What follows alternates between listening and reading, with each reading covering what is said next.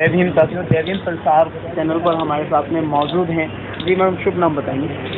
नमस्कार, मेरा नाम तोको शीतल है। मैडम, ये जो अरुणाचल चीफ मिनिस्टर पेमा खांडू, क्योंकि ये प्रोटेस्ट आप बिना कैमरा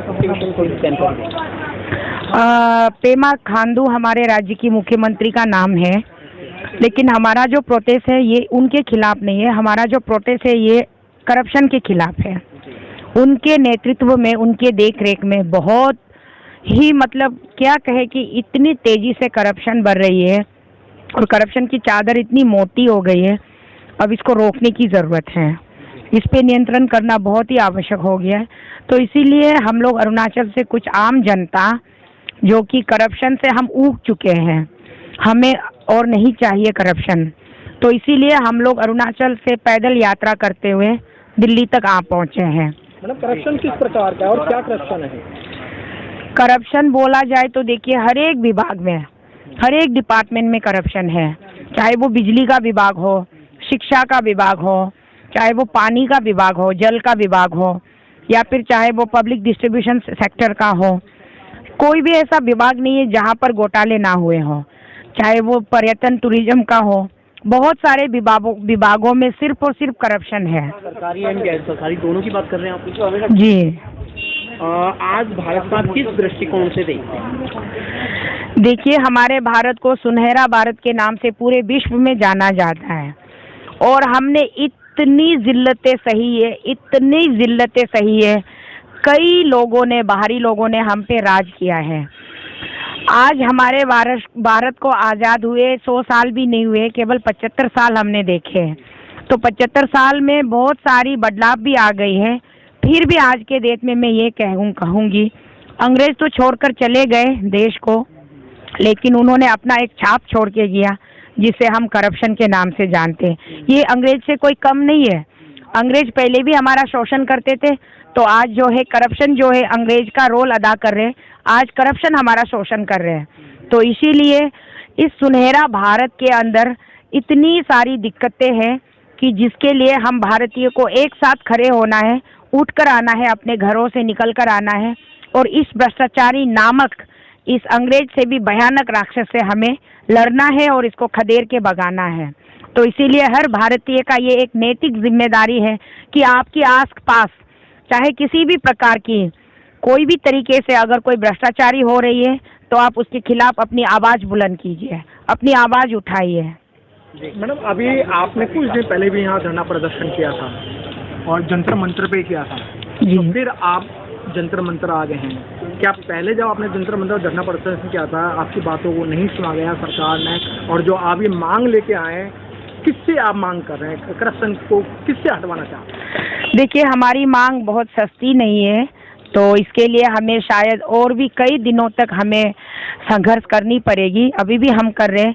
पिछले 1 महीने से ऊपर हो गए हम यहाँ पर डटे हुए हैं और हमारी जो मांग है करप्शन को हटवाने के लिए, हम केंद्र के सरकार से मांग कर रहे हैं कि हमारी राज्य सरकार के अंदर में बहुत सारी घोटालेबाजी हो रही है, तो उसको जांचने के लिए, उस पर आपको नियंत्रण करने के लिए हम केंद्र सरकार से ये मांग कर रहे हैं कि आप सीबीआई और ईडी हमारे राज्य में भेज दीजिए ताकि करप्शन कुछ मायने में रुक जाए।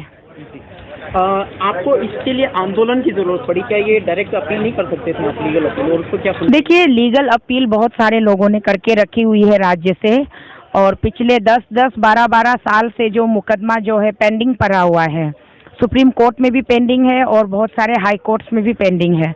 तो जो लोग लीगल बैटल फाइट कर रहे हैं वो लोग अपने हिसाब से कर रहे हैं और हम डेमोक्रेटिक फाइट कर रहे हैं।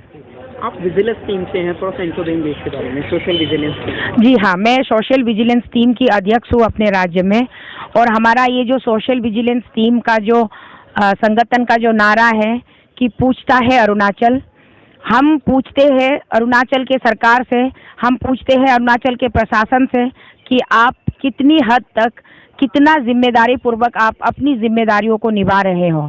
इसीलिए सोशल विजिलेंस टीम का गठन किया गया कि जितने भी सरकारी फंड्स आते हैं, चाहे वो केंद्र सरकार के फंड्स हो या फिर राज्य सरकार के फंड्स हो, उस पे आपने कितना खर्च किया और कितना लोगों को फायदा पहुंचाया और कितना गबन किया, उसी पे हम मॉनिटर करने के लिए ही, उसी उद्देश्य से ही ये सोशल विजिलेंस टीम का गठन हुआ है।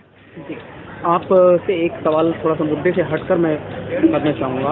आप एक महिला हैं और अरुणाचल प्रदेश से हैं। दूसरा, आपने बाबा साहेब की और भगत सिंह जी की तस्वीर लगा रखी है, इस पर क्या कहना चाहेंगे? बाबा साहेब जी के बारे में क्या कहना चाहेंगे? देखिए, बाबा साहेब जी ने हमारे देश को अपने देश को एक समेट कर रखने के लिए उन्होंने हमारे देश के लिए एक कानून का गठन किया है, एक संविधान की स्थापना की है, और उसके संविधान के तहत ही हमें ये आज़ादी आज मिली है कि हम अपने बातों को रख सकें, अपने विचार को प्रकट कर सकें, जिसे आप कहें फ्रीडम ऑफ स्पीच या फिर फ्रीडम ऑफ ह्यूमन राइट।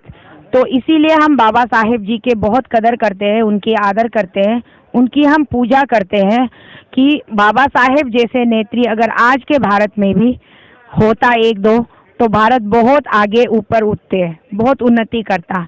इसीलिए हमने बाबा साहेब जी का फोटो अपने बैनर पे लगाया है। और दूसरी बात आपने कही है भगत सिंह जी। भगत सिंह जी ने इस देश को आज़ाद कराने के लिए अंग्रेजों से वो भिड़ गए थे और उसी चक्कर में उनको अपनी जान की आहुति देनी पड़ी। वो एक आंदोलनकारी थे, वो एक क्रांतिकारी थे। तो उनके रास्ते पर चलकर आज हम निकले हैं, इस राह पर चले हैं कि हम एक आंदोलनकारी बन करके हम एक क्रांति की शुरुआत कर रहे हैं कि हमें करप्शन से आज़ादी चाहिए। इस आंदोलन में आपको कोई बाधा आ रही है किसी प्रकार की? बाधाएं तो बहुत सारी आई। बाधा इतनी सारी आई कि मैं गिनाने में थक जाऊंगी। सबसे पहले हमारे राज्य सरकार ने क्या किया, जो कुछ लड़के हमारे साथ इस आंदोलन में जुड़े हुए थे, निकले थे, कुछ लड़कों को उन्होंने पैसों से खरीद लिया, करोड़ों की रुपयों से खरीदा। उसके बाद कुछ लड़कों को आधे रास्ते से वापस बुला लिया और उन्हीं लड़कों को वहां पर बुलाकर उनके माध्यम से एक प्रेस वार्ता जारी किया कि हमारा जो ये आंदोलन है, हमारा जो ये संघर्ष है, हमारा जो ये मुहिम है, ये एक राजनीतिक मुद्दे से है। तो इस तरीके से गलत बयानबाजी उनसे करवाए। उसके बाद जब हम वहाँ नहीं रुके तो मेरे अगेंस्ट में, क्योंकि मैं इसका नेतृत्व कर रही हूँ, मैं इसकी चेयरपर्सन हूँ इस मुहिम की, तो मेरे अगेंस्ट में एक झूठी कहानी रची गई कि मैं गंदी काम करती हूँ राज्य में, मैं सेक्स रैकेट चलाती हूँ। तो इस तरीके से बनाकर गंदी झूठी कहानी बनाकर मेरे अगेंस्ट में पुलिस में केस दर्ज करवाए, मुझे समन इशू करवाया। उसके बाद भी उसका मन नहीं भरा तो लखनऊ में उन्होंने एक गंदे तरीके से एक बंदे को हमारे पीछे लगवा दिया, जिनका नाम है अखिलेश प्रताप सिंह। उनको भेज दिया हमारे पीछे हमारा शोषण करने के लिए। उस बंदे ने हमारे साथ बहुत सारी बदतमीजियाँ की है।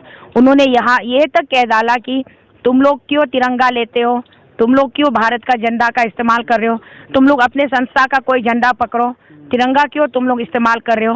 मतलब बहुत भद्दे तरीके से उन लोगों ने हमारे भारतीय होने पर भी बहुत सारी प्रश्न चिन्ह उठाए हैं। आपके खिलाफ इस कदर हरकत उन लोगों ने करी, आपने इस पे कोई कानूनी सहारा लिया, कानूनी अपील करी? अरुणाचल के सारे आम जनताओं ने इसके ऊपर कानूनी अपील की है। बहुत सारे FIR कंप्लेंट्स वहाँ पर पुलिस स्टेशन में पड़े हुए हैं, लेकिन कोई एक्शन नहीं लिया गया, अभी तक कोई एक्शन नहीं। क्या कर रहा है अरुणाचल प्रदेश का या भारत का इस मामले पर? देखिए, भारत की तो मैं नहीं बोल सकती, लेकिन जो अरुणाचल की महिला आयोग है वो लोग शायद सो रहे हैं।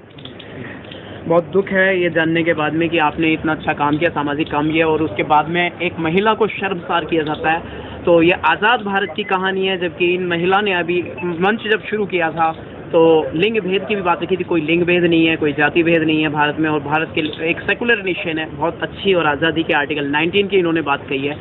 लेकिन बावजूद उसके इन्हें किस प्रकार से मानसिक प्रताड़ना दी गई है, हो सकता है शारीरिक प्रताड़ना भी हो, फिलहाल मैं उन पर नहीं जाऊँगा।